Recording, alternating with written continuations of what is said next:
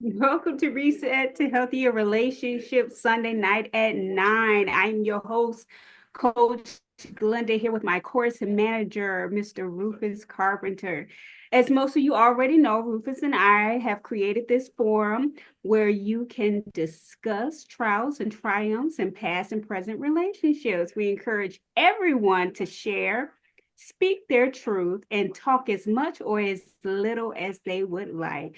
And just to go over a couple of housekeeping rules on this evening, please mute your phones until you're ready to speak to avoid any background noise. Also, let's be respectful and loud and allow everyone to speak their truth, and for everyone to, give everyone an opportunity to comment and share their feedback in tonight's topic.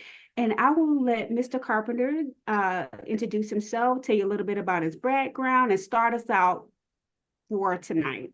Okay, my name is Rufus Carpenter, and I'm going to give you a little bit of background.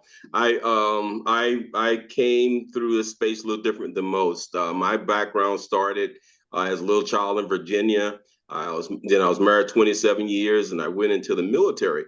And one of the jobs in the military was a race and human relations leader. We had a responsibility for going into all the military units that we were assigned, and I would investigate any relationship or race problems they had. And we had to we took that very serious. And they gave me an opportunity to learn about race and relationships in a diverse background. So I'm more than happy to be here tonight to discuss some things. This basically is a forum with you and 20 of your girlfriends in your living room, and you relax, you sit back, you might have a couple glasses of wine, and you relax. It's a very safe spot. And you get to talk, you ladies get to talking about relationships. And then you get to talk about some of the things you experience in your relationships and some of the questions you had about relationships. So tonight, we got a great topic. Glenda, what's the topic for tonight? Tonight's topic is moving forward, a journey from existing circumstances to new beginnings.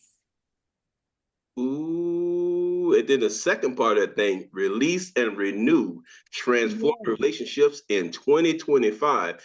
We're going to get into this because this is part two, by the way. Part two.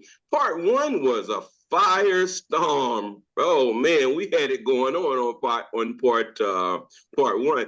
Hey, Dr. Johnson. Hey, Roger Kingdom. Hey, Ava. Hey, Annette. Hey, Gigi. How y'all doing tonight?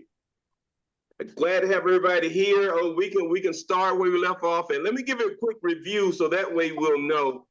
Get us back into it. Last week we talked about feedback as a cornerstone of communication. We actually took a moment and let everybody know that it's a pivoting role. It's about developing and strengthening your communication in a relationship, and feedback should be neutral. Feedback should be a chance for you to be able to talk to your partner, significant other, boo, or whatever. You should be able to talk to them in such a way that you're not being penalized. You don't have to worry about sleeping on the couch. You don't have to worry about being put out. You don't have to worry about being divorced. You should be able to say, here's what's going on, honey, or here's what we need to talk about. Here's what we need to consider. Now, we gave you some framework earlier how to do that. You can do it through start, stop, and continue. Which other words you can say, hey, babe, let's talk about this. This is something I wish we would start doing in our relationship.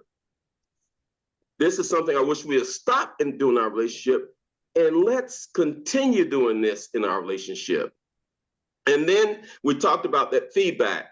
Also, we talked about clearing. In clearing, we say clearing is something that you get to start brand new. You get to start all over again. You get to go back to square one. You get to your partner after you had the feedback, and you realize, let's say you made a mistake in a relationship. And you say, hey, baby, look, let's talk. Hey, I made a mistake. And here's the mistake I made. And I ask that you forgive me. I ask that, we can work through this.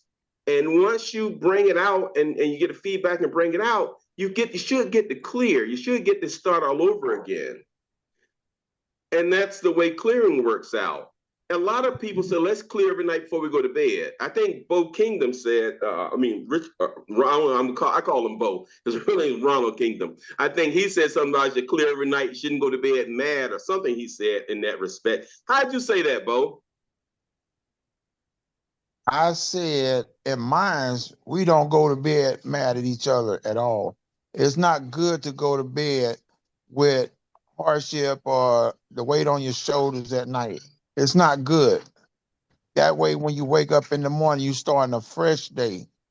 Yep. Good. Thank you. And you clear. So you get to start brand new or fresh. So you got all that out there. Also, we talked about a new vehicle. We talked about a new framework, a higher level of communicating. And that's what took us into tonight's topic. And we came up with something called LOC.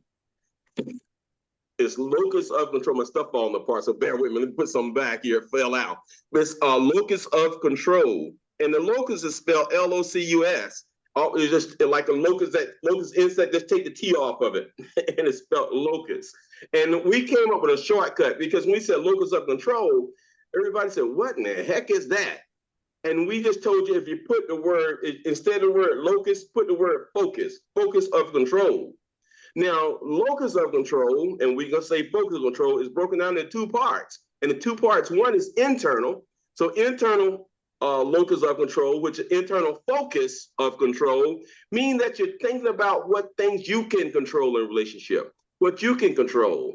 You can control your temper. You can control how much money you spend, how much time you invest. You can control who you love and who you don't love. You can control all those things. You can control those things. So that's what internal means. Internal means that you have the capacity or you have the ability to affect your outcome. A lot of people think they can wield the outcome by just how they think and how they carry themselves and conduct themselves in relationship and in life. Okay? Then the next next locus of control we said was external. External locus of control or focus of control. External mean that things happen around you. You don't have very much control over it. Like you can't control the weather. You can't control if your boo or something don't want to be with you. You can't make them be with you. You can't things you can't control. You can't control if they're always sick and stuff like you can't control things that you can't control, things that are out of your power to influence or control. That's external locus. And I know somebody said last week, what they got to do with relationship? A lot. It has a lot to do with relationship. Because in relationship, if you feel you don't have any control of a relationship and things just happen to you, man, that's sometimes that might be a sad way to be. I was in a relationship once, and I had a person I was in a relationship with. This person used to complain about everything. Everything was so negative. It was like, wow. I used to hate to go see her. When I go see her, I know the whole time I'm there, it's almost like, man, everything is negative. No matter what I do is negative. No matter what happens is negative. If we go somewhere and somebody give us something free, must be something wrong with it. Oh, we don't want it. It's like everything is negative. I couldn't control it, so I had to get out of there. I had to bow out. This is what I'm saying. So if you understand locus of control, then you can understand how you can direct your relationships even better. And you know what they are. And also tied to that, we said also tied to that is other things like your love language and your attachment style, your blueprint for love. If you understand all these things, it helps you out a lot. And that kind of got us up to last week. But in the midst of last week, before we closed the doors and cut the lights out, we had some conversation. And the conversation was Sharon had brought a lot of things to the table, and Sharon had said that, that if you don't contribute nothing, you can't control nothing in a relationship. So you can't be internal if you ain't contributing. And what the definition by internal, you had to have the capacity or knowledge or ability to be in charge. That was one of the things. And in fact, Sharon put a lot out last week. And Sharon even said that she wants to stop being number one in a relationship. She wants to now be a partnership. that she wanted to be where it's equal footings across the board. And we kind of thanked her for bringing that out. That was awesome. And then Gigi said, and Gigi's online now, she said that she's both. She's a little bit of both. She saw the benefit of being both, external and internal. And it worked well for her, she said. And then Mr. Kingdom said that, hey, look, don't start nothing you can't stop. Don't start nothing you can't continue, as how you put it. And Annette came on just when he said that and said, hold up, you guys are talking more about long-term relationships. She was talking more about short-term relationships. And that's where we kind of broke down that, before we got there, hey, Andre, how you doing? Andre said, I'm good. Good, Andre, thank you. Andre felt that he was more of an internal, that he kind of controlled things a little bit. And I think one of the questions we asked him, do you think he far to the left internal, where he's controlling everything, or he gives a little? And we kind of stopped there. We paused out right there. We didn't go any further with him. But what was on the table last time, Annette had a question for Mr. Kingdom. And Mr. Kingdom was, I don't think he had a chance to answer because time was up. Annette, do you remember what your question was? No, not really. I was just thinking that, the way everything was being done and said, just like you said, we were talking more on long term, as if like how he was saying pretty much, just like he just said in reference to not going to bed mad and all this kind of stuff. But my thing is, in your first meeting or just having fun kind of relationships, not so much you're end up in a long-term relationship. My thing was looking at it in that respect. That's what I was talking about, because everything it seems like we're talking about is like you in long term. Everybody's not there. I'm glad you brought that out, Annette, because the one thing about that, you're right. We're all of us on this line in some form of fashion different, and our relationship stage of relationship is different. Some of us on the line is married. Some of us on the line aren't married. Some of us on the line are engaged. Some of us on the line are blissfully single. Some of us on the line are still out there trying to find something, still in the dating pool. And some of us are saying we want to be single. We're single, but the realization of it that we're lonely as hell. We're just telling everybody that we love our independence, but we're lonely as hell, wishing that we were with somebody. But because the chips didn't fall the way they should have fell, we're saying we want to be single. I found out a lot of us have said that we want to be single. We really don't want to be single. We just ain't figured it out yet. But your situation like that and I do on the line. So let's start talking about some of this now, because one of the things we're trying to build in 2025 a compelling future for us. We're trying to get to where we can have the best relationship year of our life. And it's not a quick happening, or it's not a one fix thing. For you to have a great relationship, even if you think you had a good relationship right now, for you to have a great relationship, it's work. It's a journey. It's a journey. And that's why we got into this internal, external, so you know some of the things that you have to look at and adjust. So let's start talking about that right now. Let's talk about some of the strategies that we can put in place to help some of us get to where we want to go. Now, if you're happy where you are, great, no problem.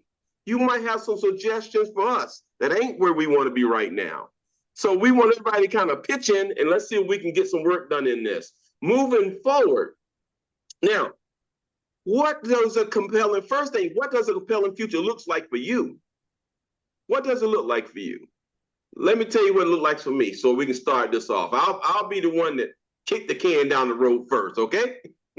Everybody's smiling. I guess you call me Jackie Chan again, Mr. Kingdom.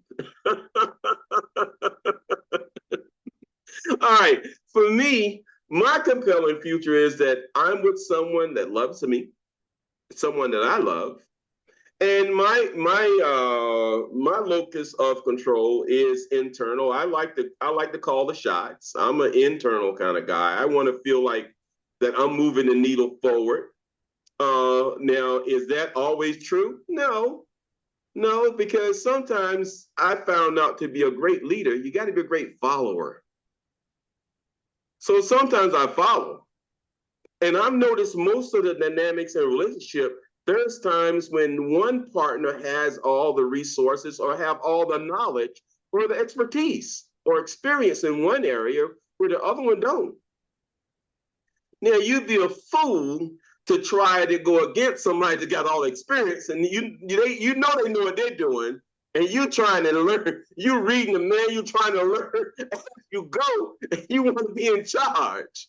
Like Sharon said, you got to know what you're doing. So my thing is, I want 2025 to be my best year, my best relationship year possible. And I want my compelling future where somebody loves me and I love somebody, and we're just hand in hand walking off into the sunset, singing "Kumbaya." Okay, who's next? Who wants to share what would be the ideal 2025 for them, or what some of the goals of 2025 should be for us? Okay. Well, I tell you, I start. I go. Hey, go ahead. With me and my wife, we've been married going on 3 years. Mhm. Okay. All right. We don't really have a goal. Okay. But what we do have, one, we have communication. Mhm. We have great communication skills. Two, we're both open-minded, meaning we're open to take the other one's opinions and suggestions at heed. Meaning, I might not like to go somewhere. I like doing things. Like I've never was a mall person. I ain't never been going to the mall. But my thing is, I know me. I'm open minded to the point where I want to be with her. So if that means going to the mall with her, I'm gonna go. If that means I like going fishing, she don't. If I want to go fishing and she want to be with me, she sacrifice. She don't go all the time, but she'll go. I like the casino. I'm down in Florida. I like the casino. I like my dolphin games. If it's something I like doing, if she wants to spend time with me, then she's outside of her realm to come in mine. So it's not about doing what you don't want to do. It's doing what needs to be done. Y'all need to spend what they call quality time together, whether it's going to the mall, which I don't like, but I do, whether it's her going fishing or whatever, which she don't like doing, you still spending time together. And in a big relationship, a good relationship, long-term, short-term, it's all about quality time being spent. When you do stuff you don't want to do, you got to give and take. That's the name of a game of a relationship, give and take. You got to give a little bit and take a little bit, and vice versa. And y'all talking about bringing to the table, it's like, okay, in a long-term relationship, it's the same as being married. When you get together and become one, then y'all got to start thinking as one. You got to do things you don't want to do as well as they got to do things they don't want to do. It's called working together. When you on a job, shit, excuse my French, most of the time we go to work. God bless, I don't have to go to work no more. But anyway, when we go to work, half of us, about 75% of us, we don't like the job we at, but it pays the bills. So guess what you do? You get up every morning, you go to work. That's right. Whether you want to or not, you sacrificing. You know your bills got to be paid, so you sacrifice and take your butt to work. You understand? Relationships is no difference. I'm not telling you to just put up with whatever, because we all grown. We at the age where we know what we want in life. Like I said, always, don't start nothing you can't finish. If you don't like it there, let that substitute and be there until you find better. But don't stop looking for better and be content where you at. Because as long as you're content where you at, you're going to be miserable. And that's not a good foundation for a relationship, marriage, or whatever. It's not. Oh, Glenn ain't eating you up by now. When you said that last conversation, you said that last thing you said, Glenn ain't ate you up by yet. Well, she needs to go and express it so I can hear it. Maybe my ears only heard it. I apologize. I might have missed something because I thought he was saying everything. No, I think you missed on the end of that. The last two sorry, sentences. I was in the chat. I'm sorry. What's the last thing he said? Last two sentences when he's saying if you're not happy where you're at. If you're not happy where you're at, you don't need to be where you're at. No, but you said stand there first. You said stand there until you didn't say get out of. You said stand there while you're looking for something else. Is what you said, right? If I heard it right. Okay. If you're on a job and you're not happy on that job, but that job is paying your bills, just because you're on that job don't mean you got to stop looking for a better job, something that you like doing. Right. I think Mr. Carpenter took that the wrong way, but he's right because I do that. Even though I'm at a job that I love and I love what I do, I don't hesitate to go to the career site and look for a better position where I can continue to grow within the company. Now, as far that's employment, but when you talk about relationship, you don't stay in a relationship until you know a broken, bad relationship until you. No, Right. I never said that. Now I know. I was thinking a job. I must have heard it wrong. Dr. Johnson, you smile. What you heard, Dr. Johnson? No. Hold up. Let me clear this up. Because when you're in a long-term relationship, I'm gonna tell everybody, don't start nothing you can't finish. Right. If you're in a relationship, there's no reason for you to be upset and content in a relationship where you're not happy. That is not healthy at all. It's not. And I'm not Maybe it's telling you to me. stay there until you find better. No, not in a relationship. I'm waiting to Wednesday You to get hear the out of that mess, recording. man. You get out of the relationship. You don't sit nothing. I'm on the phone. I'm sorry. You understand what I'm saying? I understand it, but I heard it. Maybe my ears. Maybe it's me. Rufus, it's always you. It's always you. It's always you. Okay. Any more comments? I just want to comment.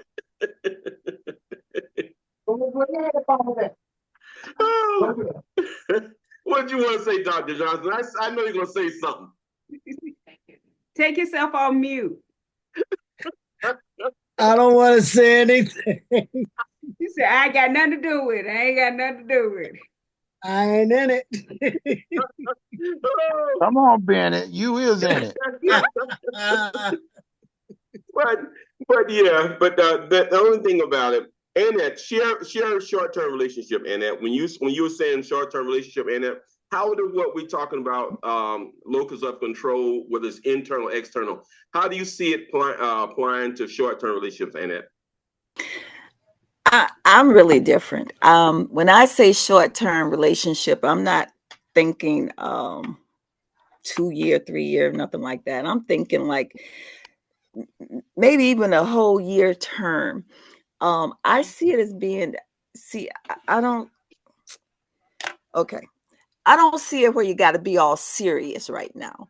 I see it where you just meeting each other, doing these things, having fun, just communication being there. So you communicating.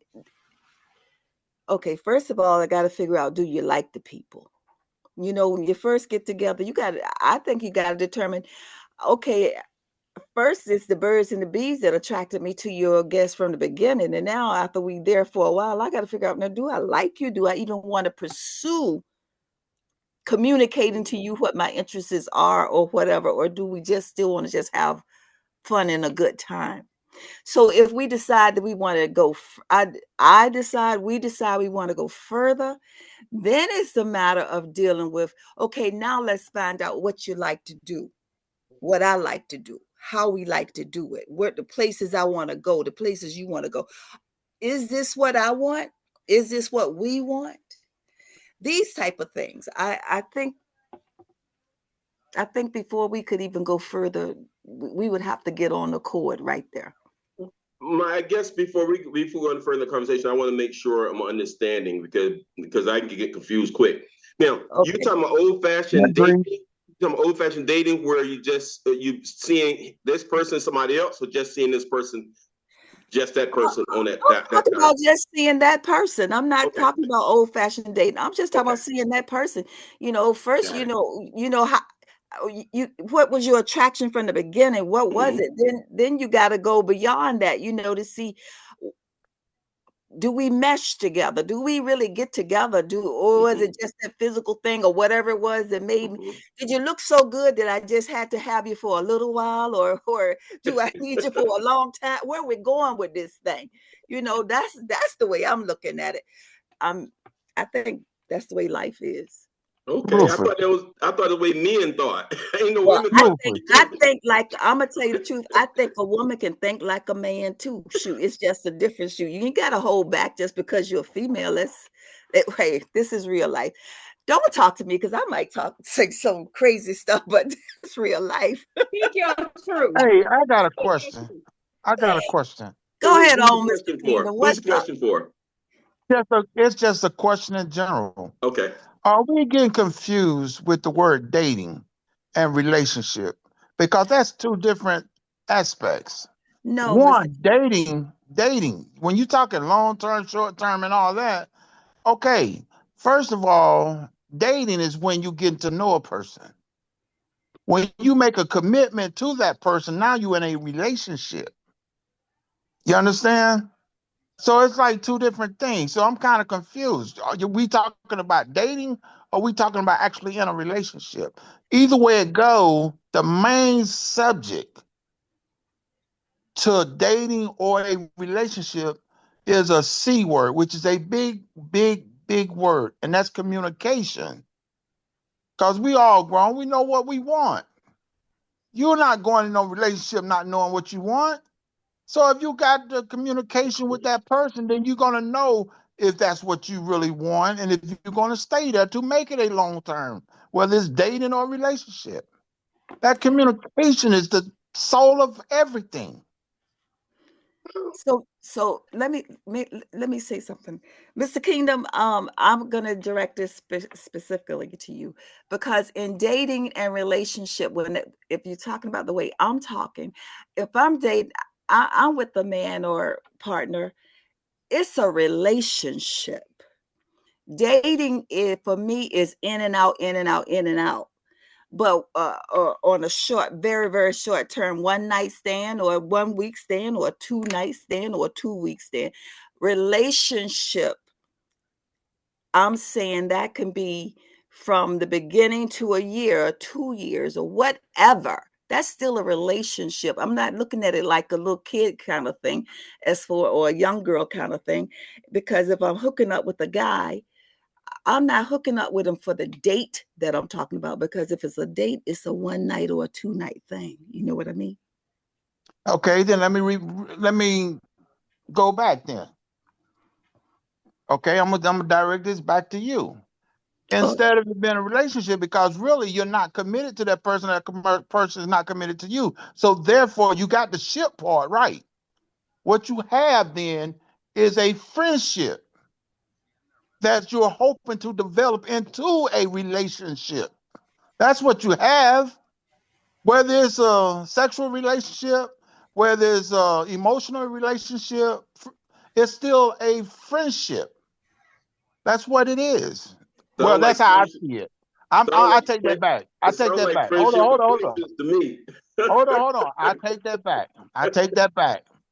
From my perspective, I take that as a friendship, because I can't put everybody on my level, because everybody is on their own level. Because technically in a relationship, you're committed almost as you is in a marriage. For me, if it's a 1 night stand or a 2 night stand, or just a 2 week thing, just a fling, I would call that a situationship, because that can end at any given time. Same thing with your friendship. I wouldn't call it a friendship, because usually you can still stay in contact with your friends from time to time. I really wouldn't consider that a friendship. I don't look at my friends that way. Well, look, friends can go one or two ways. Go You can ahead. have what they call a friend. You can have what they call an associate, which is Mm-hmm. still considered a friend. Or you can have a friend with benefits. Or you can have the ultimate, which is a best friend. Mm-hmm. You understand? Right. Friend is a big word and it's a broad statement. It is. So either way you look at it, it's still friend. I have friends that curses me out all the time. I curse him out. He tell me to get the hell off his property. I do, but I always go back and tell him when I leave. You'll need me before I need you. And guess what happens? When I walk away, he calls me before I call him. But yet and still, I'm there. I still consider him a friend. Because see, here's the thing. When you have a friend, a companion, or whatever, you know how far to take them because you know them. So you know how to deal with them. So you deal with them on that level. Ain't nobody telling you because how they treat you or how they are, you got to be up under them. I can be your friend from a long distance. Let's reel this back in towards a relationship because we're friends, like you say, you and your friends, y'all can have knockouts, drag outs, and be friends again tomorrow. But right now, let's spend this time with the relationship parts of this thing, because our goal is to have the best relationship we can have in 2025. And what we're doing with this section here, we're trying to now start doing personal development and personal leadership in relationship. In terms of relationship, that's what we're trying to do right now. So we're trying to get some of the skill sets, and some strategies going All forward. right. Okay, then let me help you out with this one then. Okay, go ahead. You're talking about internal locus. Correct. Okay. What that is the things that you can control or you Correct. can't, well, you Correct. can't control. Meaning, if I'm going into a relationship with someone, Mm-hmm. like I said, your foundation of any relationship is communication. Correct. So therefore, if I'm going in there and you're doing something that I disagree with, and it's a deal breaker for me, then my job is to sit down and communicate with you to the best of my knowledge and your knowledge so we can have an understanding. And if it proceeds for you to keep doing what you're doing and we're not on the same level, now I got to make a decision. Why am I going to be content with you doing what you're doing to make me unhappy? So So the best thing to do is communicate and move on and go on.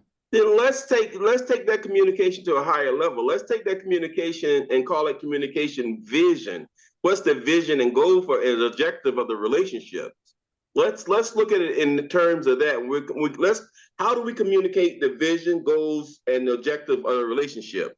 Because if you have a relationship and it's going a certain way and it's not going the way you want it, that means one of you guys' conference is a little off. One of y'all compass is going in the wrong direction. So okay, the communication vision. Here's the communication skill that we mm-hmm. all need to learn. Mm-hmm. Okay. When I sit down, okay, Glenda, I use you for an example. This is a hypothetical. If you and I are sitting there talking, okay, we in a decent conversation. Okay. If let's just say you're snoring, it bothers me with you snoring, which it really don't, but I'm just saying. Okay. If I say, well, look, your snoring really bothers me and it's hard for me to sleep and I got to get up and go to work the next day. Now, for you to have an open mind for us communicating with me, what I would look for in response to that is, all right, well, I understand your situation for us work. I'm going to sacrifice. If I have to sleep in the other room for a period of time till I can work on it or find a way out, I'm willing to try it. That's communicating because now I take what you say in. Right. You feel me? Right. I'm communicating with you. We on the same level. Now, if I communicate to you, your snoring bothers me, and you just like brush it off, oh, well, it is what it is. That's not communicating. For every action, there's a reaction. I'm not going to always say it's a good reaction, but there's a reaction. You understand? And that's what communication is. If I communicate to you something that bothers me, something that's I see in you that's great, okay, it's okay. Give me a reaction now. Give me a response. That's communicating. Let's turn that communication to communicating, pushing the relationship forward. Let's use that instead of looking at issues that kind of irritate us, or issues that we're trying to correct. How can we put that towards goals and visions for the future? How can we communicate? What type of communication can we have talking about how we can better our relationships going forward? What are some of the things, for instance, like we're still in January 2025. What are some visions or some goals or objectives that we as people in relationships that you would want your spouse or your husband or your boyfriend or your girlfriend or your best friend to kind of say, hey, look, what can we work on together? What can we do? Because all of us know where we are right now in our relationship. Everybody on the line should know where they are in their relationships right now. Whether it's single and want to stay single, or whether it's single and want to be with somebody, or whether it's married and want to have more time together, or whatever it is. How do you get from where you are right now to where you want to go by communicating that to your partner? Okay, then if let me make sure I understand where you at now. Okay. Because I just gave you a simple, what word am I looking for? Analogies for it. Okay, I'm gonna go. Okay, let's say financial. All right. I communicate to you and say, look, 2024, we just got by. 2025, I want to elevate better in finances. How about we communicating for us? How about we start a savings? Let's work on $5 a week, $10 a week. Can we do that? Let's communicate together and see if we can work on doing it. Then whoever you're communicating with say, sure, I tell you what, let's try it. And you stick to your guns. It's the same analogy, whether it's with finances, working together. It's about sacrifice and communication. Yeah. You got to be open-minded to it. You got to be willing to help. Ms. King, the reason why I brought that up, a lot of us on the line, we're more focused on what we are afraid of versus on what we want. A lot of us spend our time and our energies keeping from having a shortfall, or keeping what we're more afraid of has majority of our focus versus what we really want out of life. And well, I'm gonna tell you, Rufus, let me cut you off. What we all afraid of, well, I'm good at it. What we more afraid of than anything, one, is to hurt someone's feeling. Two, to let someone down. Okay? If I'm in a relationship, I'm gonna use you, Glenda. Don't take it personal. If I'm in a relationship with Glenda, I feel that what I say, I got to be skeptical because I don't want to hurt her feelings. Correct. So therefore, it's hard for me to communicate with her because I'm afraid that I'm going to hurt her feelings. I'm afraid I'm going to let her down with my thoughts. That's what we're afraid of. So if we get out of that afraid zone, and I ain't saying be rude and arrogant, it's not what you say, it's how you say it. Speak to whoever you're with. My granddad have always taught us, you don't know if you don't ask. And then you always let a person know where you at. So they can't never come back and say, well, I didn't know. Right, correct. You understand? It's best to act up than act down. So what's up? What framework are you attributing to that? What framework are you going to do that? What's the framework that you're going to use to do that? Because you ask, when you say the person's afraid of hurting and let somebody down, and that's what most people focus on. So you would actually go that route. My thing is going forward, moving forward. We're not standing still, we're moving forward. The framework it takes to move forward versus going back, because we're talking about vision, goals, and objectives now. Okay, first thing you need to do is learn how to love yourself.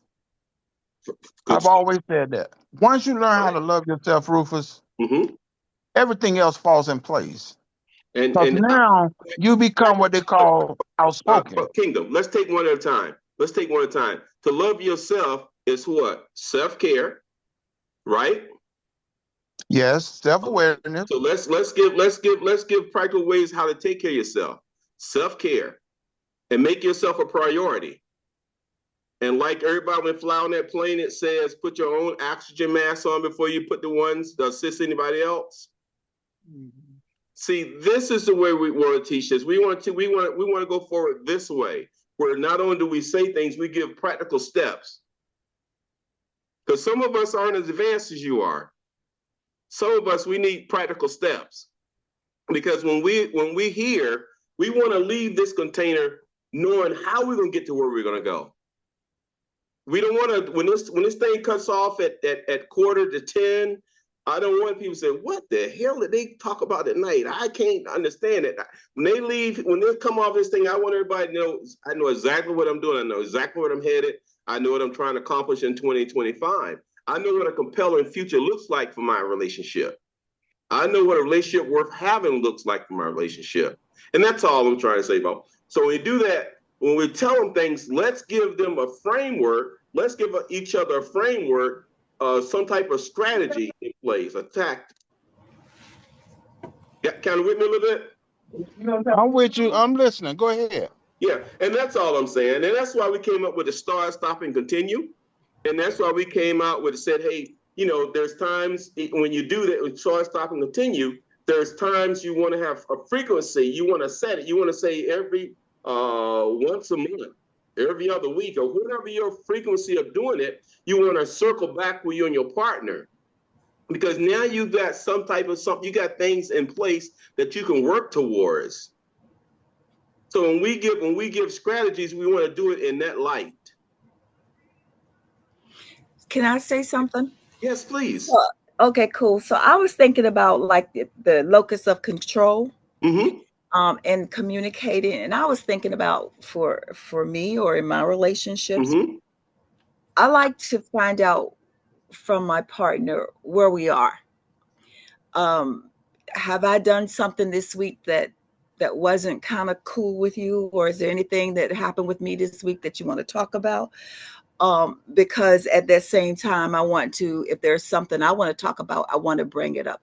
It's not a daily thing, but I just think once a week, you know, maybe we could pick a day on something or what we want to talk about, whether it's a good thing or a bad thing, you know, let's talk about it. However, every morning I like to discuss something. I like to know, hey, what's your plans for today? Is there anything I can do to help you?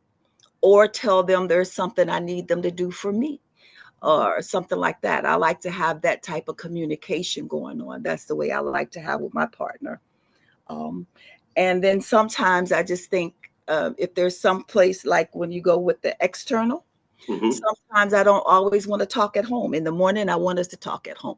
But maybe if it's a night, if it's an evening time thing that we want to do, sometimes I might not want to be at home. I want to be out talking about whatever I want to talk about. I want to change the environment. I want to go somewhere else and talk about whatever it is just to relax us some, or because maybe it's a good thing we want to talk about. Maybe it's a bad thing we want to talk about. I don't know.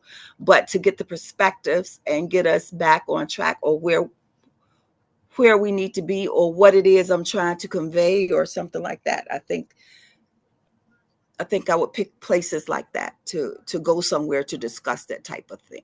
So my environment does make a difference when I want to say something sometime. But in my relationships in the morning, our home environment or wherever we are, even if we're not living together, if it's on the phone, I want to know, hey, what's up with you today? What's going on? That's okay. Hey, Glenda, can you take a moment to go over the findings from the Essence report about the 50 women that when they went over the report? Because this is a good place to put this in right about here. Yes, let's see. In the article of the Essence Women Over 50, we have Tanza Wallace from Richmond, Virginia, that states that she wishes she knew it was okay to have a voice in her relationship when it came to, the nagging part, complaining about the nagging in the relationship. Then there's Tracy Newsome in Atlanta, Georgia, that states, in essence, she emphasizes the importance of being clear about her core values. That's always important. That's one of the things when I speak about being upfront and honest in the beginning with your communication and relationships. And then we have Erica Basil May at what's that, Ardmore, Pennsylvania? She's an attorney. She's okay. She's an attorney there. Okay. She reflects on many stages couples go through in their relationships. Her and her partner have been together for over 25 years and acknowledges the different phases they've been through together. And, I've heard the same thing, especially for people that's been married for long periods of time, like 30, 40 years. They say that their partner is always shifting or making a change, in their marriage and, in their long-term relationship.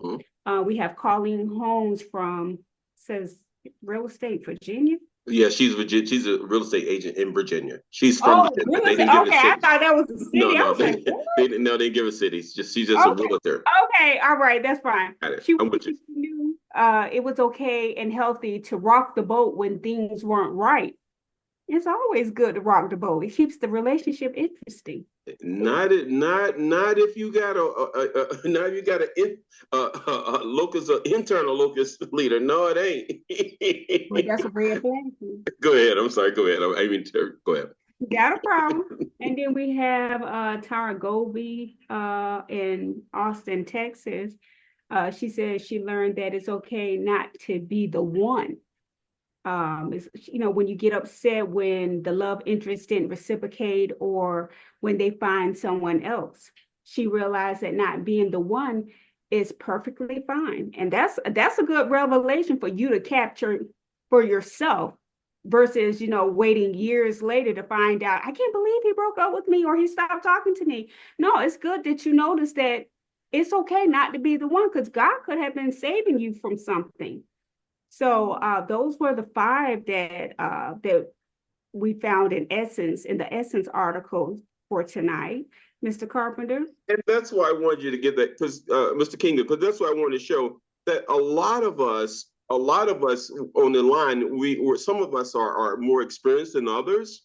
And this thing, Essence, they have 50 women to show how little things that we think that we already mastered, that some of these women are attorneys and realtors and all this, they didn't know. So that lets you know that the relationship, some of us are babes. Now, some of us are sharks and pros. That's why you got to make sure when you out there negotiating in this modern relationship era, you got to know what you're doing. And that's why personal leadership and personal development is key. And that's why I was pushing that some of the stuff that we can talk about. Did anybody have anything they want to bring up? Because we're about ready to bring this one in. We got maybe about 3 or 4 more minutes of talking, and we're going to bring this in. Anybody got anything they want to share? Anything they want to talk about relationships at all?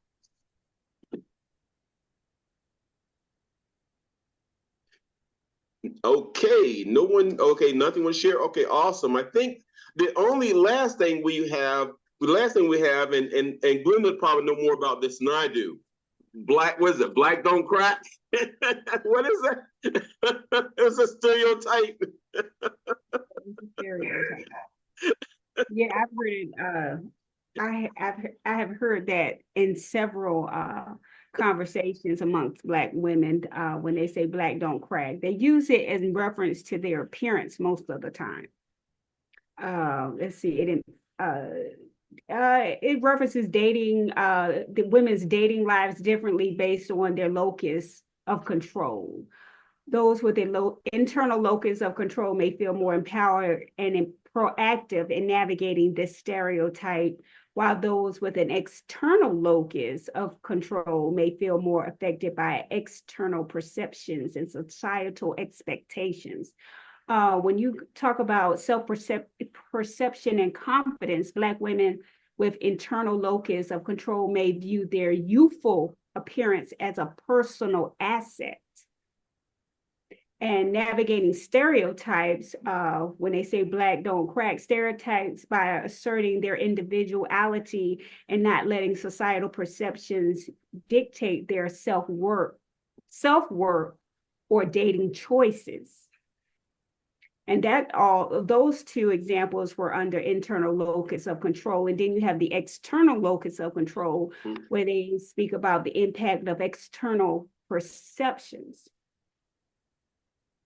That their youthful appearance is more of a societal expectation of stereotype imposed on them. They may believe that their dating experiences are heavily influenced by how others perceive them to be, rather than their own actions.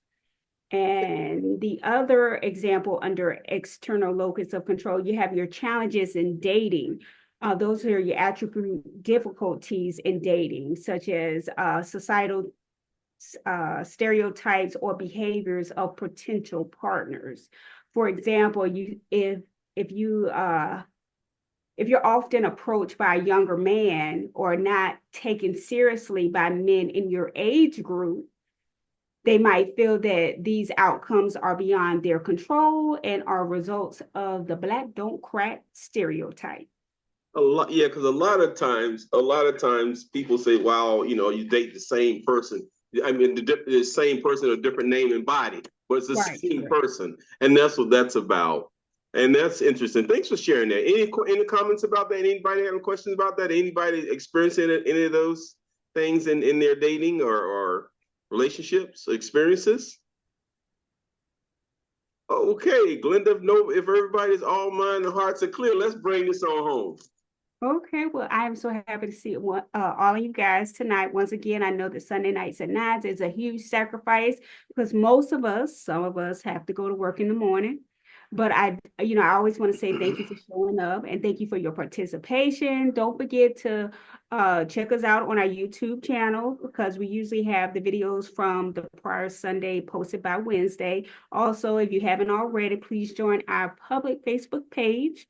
As well as we have our 2025 events coming up in June. We have the Relationship Conference, June 14th, and our cruise is set for October, I think the 12th through the 18th to the Bahamas. Is that correct? All right. So if you haven't already booked and you are ready and willing to go, please don't hesitate to reach out to either Mr. Carpenter or myself, or just shoot us an email at reset2hr@gmail.com so we can get you hooked up with, I think it's Gotta Go Travel to get that started. Okay. But, yet again, Mr. Carpenter, it was always a pleasure, Thank you. Having the discussion tonight. And if you want to have any last words, you can feel free to do so. I enjoy you guys, Dr. Johnson, Mr. Kingdom, Ava, Annette, Gigi, Andre, and anybody else we got online. I can't see past Andre. I don't know we got the past Andre, but you guys are awesome. I have so much fun with you guys. I'm telling you, this is awesome. I've got to confess, this has changed me. I didn't realize that I had so much to learn about myself. And this container has really, really changed the way I do my business. Especially now I understand things we do have consequences. You never know until you learn. And if you learn, if you know better, you got to do better. So I don't have a choice. I got to do better. So thank you for your time. I see you next week. It's been fun, you guys. Good night. Good night, everybody. Good night.